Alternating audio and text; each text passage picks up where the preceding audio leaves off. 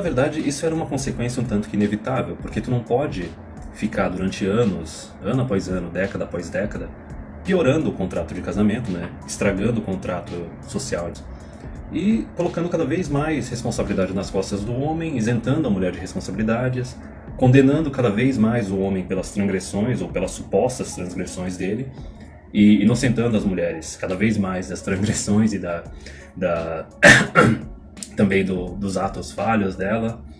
Então, imagina o seguinte, é que nem o Raging Gold Eagle falava, né? O casamento no último século, na última metade do século, é como se fosse um cargo numa empresa que cada ano que passa a tua jornada aumenta, os teus benefícios são cortados, o teu salário ou ele fica congelado, estagnado, ou ele é reduzido, e tu começa a receber cada vez mais responsabilidades, cada vez mais atribuições. Sem contar que começa a colocar um monte de política insuportável de RH pra te ferrar, entende? Então basicamente isso que se tornou o casamento. Era inevitável que os homens fossem dar as costas pra isso e começassem a arranjar outra coisa pra fazer na vida deles. Independente de se mictar ou não, saber a respeito, tem caras de outros grupos que também tomaram essa decisão e seguiram esse caminho. Mas enfim, por que elas odeiam? Por que elas atacam esses homens? Ora, é muito simples quando tu para pensar no longo prazo. É porque basicamente o golpe delas foi descoberto. O golpe foi descoberto, compreende? E elas querem tentar silenciar quem descobriu esse golpe e está tentando alertar outros homens. Vamos lá, a gente pode pegar 3, 4 gerações atrás, mulher casada com 20 anos. De repente elas começaram a casar com 25. De repente elas começaram a casar com 30. Agora tem a aberração de quererem casar com 35, algumas até com 40 casando, achando que vão ter filho. Falando, não, eu quero ter 2, 3 filhos, eu tô com 40 anos e agora eu vou encontrar o homem perfeito, né? O gado de valor. Mas enfim, conforme isso foi passando, isso foi acontecendo, cada vez mais foram normalizando. Veja bem, há muitos anos atrás, muitas décadas atrás, uma mulher com 25 que não era casada já era considerada uma encalhada, já era considerada uma velha. Com o tempo, foram normalizando cada vez mais essa ideia que não, a mulher também pode se casar com a mesma idade que o homem se casa, se o homem pode ter valor quando ele é mais velho. Não, é normal a mulher ter filho mais tarde, não importa se vai ter problemas de saúde, a mulher ou a criança ao tentar dar à luz, não importa se não vai nem conseguir engravidar. Isso foi normalizando cada vez mais. Não foi só mudança nas leis, foi mudança no comportamento. Então veja lá, tem 2 frontes atacando os homens. Primeiro é o fronte biológico, que o instinto e a biologia do homem tá falando. Porra, mas a mulherada quer casar cada vez mais tarde, elas não são mais tão jovens, não são mais tão atraentes ou férteis, entendeu? Por que eu vou querer pagar esse preço do casamento? Por que eu vou querer casar ou ter filhos com elas? E também tem a parte das leis. O cara que não é burro, ele pega e começa a pesquisar um pouco, ele não vai simplesmente assinando um contrato sem ler as entrelinhas. Então veja, era inevitável que isso fosse acontecer, que homens iam começar a dar as costas, só que o detalhe é o seguinte, né? Também tem outra coisa, né? Tem um termo que o Rollo Tomassi utiliza, que é o betas in waiting. Isso eu lembro muito bem lá da época daquele seriado Friends, e tinha outros seriados na época, que tinha aqueles círculos de amigos, na qual a mulher falava assim pro amigo Betão, né? Pro amigo beta orbiter dela, né? Ela falava, não, mas tipo, se eu estiver solteira com uns 30 anos e tu estiver solteiro também, vamos casar e vamos fazer filho? Compreende? Isso daí é um negócio tão forte que eu tenho conhecidos na minha vida pessoal que caíram nesse golpe. Compreende? A mulher lá com 18, 20 anos estava lá festando, namorando outros caras, e daí quando chegou próximo dos 30, arranjou um outro amigo do círculo, que era um betão, casou e fez filho com ele. Virou até dona de casa. Enfim, então veja só. É uma armadilha.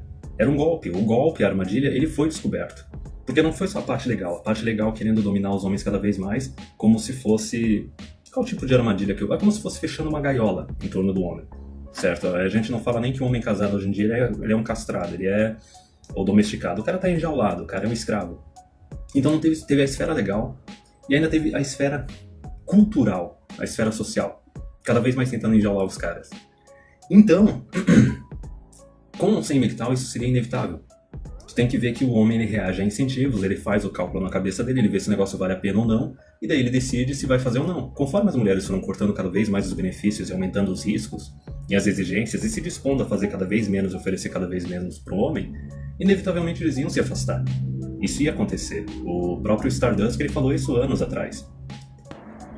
E não só isso, eu lembro de um post do Barbarossa, também de anos atrás, que era de um fórum, coloca um fórum de uma década atrás, no qual tu tinha homens assim, os betões, que fizeram cursos de faculdade difíceis, que garantem um bom emprego, garantem um bom salário, E esses homens, eles já estavam decidindo naquela época o seguinte, que eles sabiam que durante a adolescência, ou começo dos 20 anos, eles não receberam atenção nenhuma de mulher. Muitas vezes até no final dos 20 anos deles. E daí eles estavam decidindo, quando eles estão lá com uns 30, 35, formado com bastante grana, não, agora eu vou arranjar uma mulher 10, 15 anos mais nova. E dane-se, esse vai ser meu parâmetro, compreende? Então, como o Barbarossa falou naquela época, até mesmo os Blue Pills, tá? Os normies, os carinhas normais que acham que tá tudo de boa, até esses caras estão se adaptando. Até esses caras estão reconhecendo uma oferta que não é uma oferta boa e simplesmente dizendo não. E com isso as mulheres não contavam, as feministas não contavam com isso. Porque é lógico, né? A libido masculina ela é muito mais forte que a feminina e elas achavam que elas poderiam ficar alterando o contrato, tornando ele cada vez pior para o homem indefinidamente, e os homens nunca iam dizer não, porque elas acham que a perseguida delas é o presente de Deus na Terra, né? A perseguida adorada. Mas enfim, por que elas odeiam e atacam MGTOWs e outros grupos aí masculinistas da menosfera? Por causa do seguinte, a gente está simplesmente acelerando o inevitável. É inevitável que os homens eles vão se adaptar a esses tempos modernos, eles vão começar a dizer não, cada vez uma quantidade maior, para uma oferta que não é boa. Só que o detalhe é que a gente está acelerando o processo. O incêndio já está ocorrendo, a gente está só jogando gasolina em cima do incêndio. Quando tu está dizendo não para essa oferta atual, tu está dizendo não para uma mulher oportunista e egoísta que resolveu deixar para só se comprometer com alguém depois dos 30, só pensando na provisão, só pensando no dinheiro, só pensando na utilidade que você traria à vida dela. E não só isso, né? Tem outros detalhes, ela pode trair, pode pedir o divórcio, etc. Porém, quando tu vira as costas para essa proposta que não vale a pena e fica quieto e segue o teu caminho, tranquilo, não tem problema, tu só tá impedindo uma mulher no mercado de tentar dar esse grande golpe, porque, né, nascimentos são 50% homens e 50% mulheres. Porém, a hora que tu começa a falar a respeito com outros homens, a hora que tu começa a alertar outros homens, aí é que o negócio é perigoso. Isso até é o que o Alan Roger Fury, que é um outro autor, ele fala, ele chama isso da beta male revolution, revolução dos betas. Porque antes da internet, cada homem só tinha as experiências individuais dele e ele não compartilhava com outros homens. Não tentava aprender com as experiências de outros homens. Enquanto as mulheres, elas sempre compartilharam essas experiências. Certo?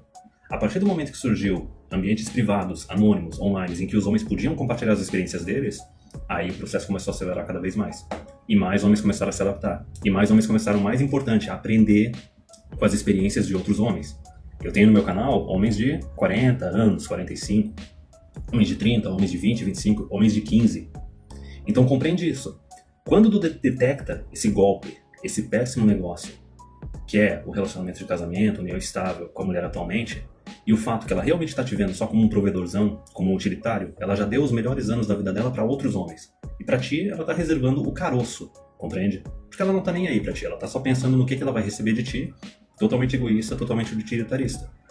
Quando tu começa a falar a respeito disso e alertar outros homens, tu não tá só tirando a oportunidade de uma mulher tirar proveito de ti e dar esse golpe em ti. Tu tá tirando a oportunidade de outras mulheres poderem dar esse golpe em ti. Para cada homem que tu alerta a respeito desse golpe, tu tem menos uma mulher no mundo que vai ter aquele plano B, plano C, plano D, de, se ela não conseguir o alfa que ela queria na vida dela, ela pode tentar arranjar um betão.